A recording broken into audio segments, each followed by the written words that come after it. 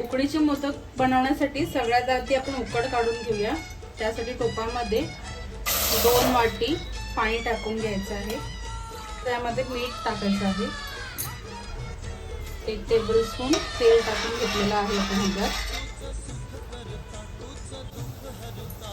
पाण्याला उकळी आली आहे, त्यात आपण 2 कप तांदळाचं पीठ टाकून मिक्स करून घेऊया।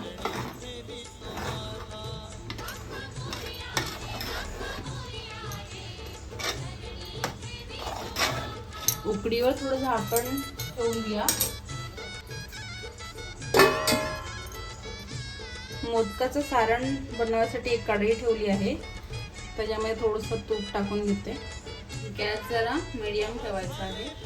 त्याच्यामध्ये 1 वाटी ओलं किसलेलं नारळ भाजून घ्यायचं आहे। ओला नारळ भाजून घेतला आहे तुपात। त्यात टाकत आहे वेलची पूड अर्धी चमच आणि जरा परतून घेत आहे। पाऊण वाटी गूळ टाकलंय। ह्याला व्यवस्थित मिक्स करून घेऊया। ह्याच्यावर ड्रायफ्रूट टाकूया आपण। सगळं मिक्स करून घेऊया। मध्ये मध्ये फिरवत राहायचं, नाहीतर सारण कढईला चिटकेल खाली।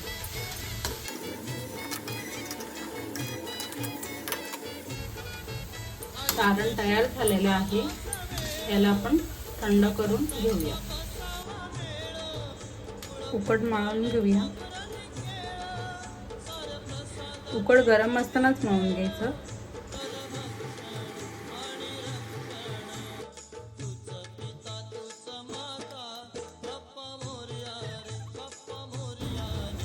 तेल लावून घेत आहे।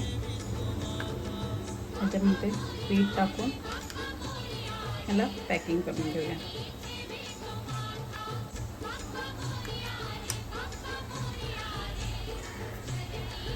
असे बाकीचे मोदक बनवून घेऊया। ताटाला आपण तेल लावून घेऊया, म्हणजे मोदक चिकटणार नाही। ताट घेऊन झाकण लावून घ्यायचं। आता आपण मोदक स्टीमर मध्ये ठेवून घेऊया।